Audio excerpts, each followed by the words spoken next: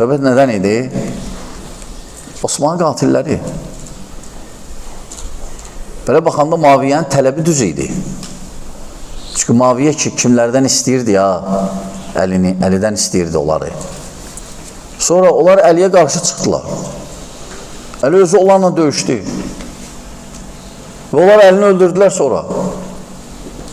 Radiyallahu anhını. Və sonra Əli oldu, beyət elədilər ona. Biraz arasında Muaviyyə ilə problem oldu. Biz səhv görürük Muaviyyə bu məsələdə. Ancaq Muaviyyə sahabidir. Baxmayaraq tələbi düz idi. Sonra Əli ibn Əbi Talib özü Muaviyyənin o tələbin icra elədi. Əsas tələb nə idi? Xavaricləri məhv eləmək. Və Əli ibn Əbi Talib sonra xavaricləri məhv elədi. Və lakin o xavaricləri sonra onu öldürdü. Bismillahirrahmanirrahim. Elhamdülillahi Rabbil alemin. Və sallallahu ala Muhammedin və alihi tahirin. Və la'nu daimu ala a'daihim ecma'in. Biz tez-tez Vəhabiləri tənqid edəndə, onların çıxışlarına qulaq asıb və rədd verəndə tez-tez işlətdiyimiz bir söz var. Deyirik ki, Allah həmd olsun ki, bu cür danışırlar, özlərini biabır eləyirlər, özlərini pis vəziyyətə qoyurlar və çəkib qoyurlar həmin pis vəziyyətlərini YouTube'a. Deyirlər, baxın ey dünya, biz buyuq, biz bu cür nə gəldi danışırıq, mənasız, məntiqsiz danışıb öz əqidəmizi və özümüzü rüsva edirik. Yəni, heç kim bilmir də bu adam bu sözləri deyib. Bu sözləri, bu adamın rəyi bu cürdür. Heç kim bilmirdi. Çəkdi qoydu YouTube'a göstərdi ki, bəli, biz bax buyuq. Deməli, görün, Vəhabilərdən biri, aşıq papağı qoyan Vəhabilərdən biri nə deyir? Deyir ki, Muaviyyə tələbində haqlı idi Siffeyndə. Niyə? Çünki Osmanın qatillərini tələb edirdi İmam Əlidən əleyhissalam. Bilirsiniz də, İmam Əli əleyhissalam xəlifə olandan sonra bir sıra valiləri dəyişdi. Osmandan qalan qohum əqrəbələrini çıxartdı. Təqvalı mömin valilər qoydu ora. Çıxartdıqları, istifaya yolladıqları şəxslərdən bir də Muaviyyə idi. Şamda, Suriyada. Məsələn nədir? Əvvəla biz dəfələrlə burada bir daha deyirik ki, gedin öz fikrinizə söykənin, öz şəriət hökmləriniz var, fiqh kitabları var, şəriət əhkam.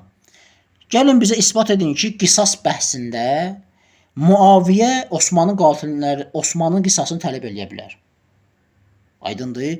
Gəlin bizə isbat edin ki, Muaviyyə Osmanla necə qohumdur və haqqı çatırmı Vəhabi fikrinə əsasən Osmanın qisasını tələb eləsin, yoxsa yox. İkinci məsələ, bizə isbat edin hakimiyyətə gələndən sonra qatillərdən qisas aldı, yoxsa yox, əsla almadı. Dəlil gətirin ki, baş verib bu hadisə.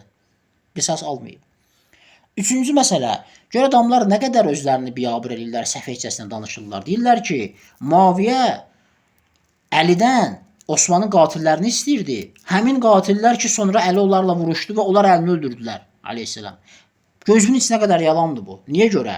Çünki Osmanı öldürənlər başqa insanlar idi. İmam Əlini əleyhissalam şəhid eləyən xavaric isə Siffeyn döyüşündə Muaviyyənin Əmrasın hiləsi ilə nizələrə Quranları taxdılar nizələrə Quranları, Allahdılar bir dəstəni. Onlar Siffeyndə İmam Əlini əleyhissalam ordusundaydılar, oradan xaric oldular, xavaric oldular. Deməli, onlar xavaricdirsə, Muaviyyə onlardan qabaq xavaric olmalıdır. Niyə? Çünki Muaviyyə Siffeyndə onlarla vuruşurdu, İmam Əlini əleyhissalam vuruşurdu, hakimə qarşı çıxmışdı. Həmin vaxtda heç olmasa o xavaric biraz İmam Əlinin ordusundaydılar, sonra çıxdılar ona qarşı. Bunlar xavaricdirsə, Muaviyyə çoxdan xavaricdir. Amma üçün dayıları daxı bacı oğlunun acığına gəldi, çünki bəli, Muaviyyə xavaricdir. İndi insanın nadanlığına baxın. Deyir ki, Osmanın qatillərini Muaviyyə istəyirdi. Sual meydana çıxır ki, bu Osmanın qatillərini təhvil vermək, onların üzərində qisas icra etmək, Osmanın qisasını almaq şəri bir hökm idi, yoxsa yox? Şəri hökm isə niyə İmam Əli əleyhissalam bundan boyun qaçırırdı? Sənin 4-cü xəlifən Muaviyyədən üstün hesab edirsən onu, şəriət hökmündən boyun qaçırdır. Və sən gəlsən belə bir şəxsin haqqında desən radiyallahu anhu, adildir, behişt əhlidir, Allah ondan razıdır, Allahdan razıdır. Aydındır. İkinci məsələ, Osmanla demirsən İmam Əli əleyhissalam dostu idi, qardaşı idi, qohum idi və s. Niyə onda Osmanın qatillərindən qisas almırdı? Sənin məntiqvə görə. Ona görə də Allah həmd olsun, danışırlar, özlərini rəzil günə qoyurlar, özlərini biabır eləyirlər.